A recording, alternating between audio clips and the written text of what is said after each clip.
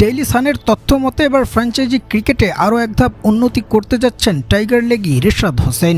Pakistan super লিগে একাধিকবার আধিপত্য দেখানোর পর বিগ ব্যাশের লিগ হোবার্ট হেরিকেন্সের হয়েও নিজের পরিচয় দিয়েছেন রেশাদ এবং টুর্নামেন্ট শেষে দলটির বর্ষসেরা ক্রিকেটারও নির্বাচিত হয়েছেন তরুণ এই বাংলাদেশি লেগ স্পিনার।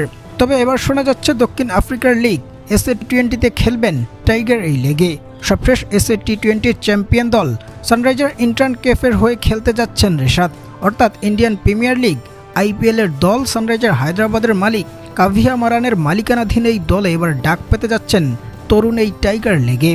যেখানে দেশের ক্রিকেটের সর্বোচ্চ বড় নাম সাকিব মুস্তাফিজ, যারা বিশ্ব ক্রিকেট মাতিয়ে বেরিয়েছেন বহুকাল, এমনকি ফ্র্যাঞ্চাইজি ক্রিকেটগুলোতে তারা ছিল অটো চয়েস, এবার তাদের থেকেও এক ধাপ উপরে উঠতে যাচ্ছেন রেশাদ।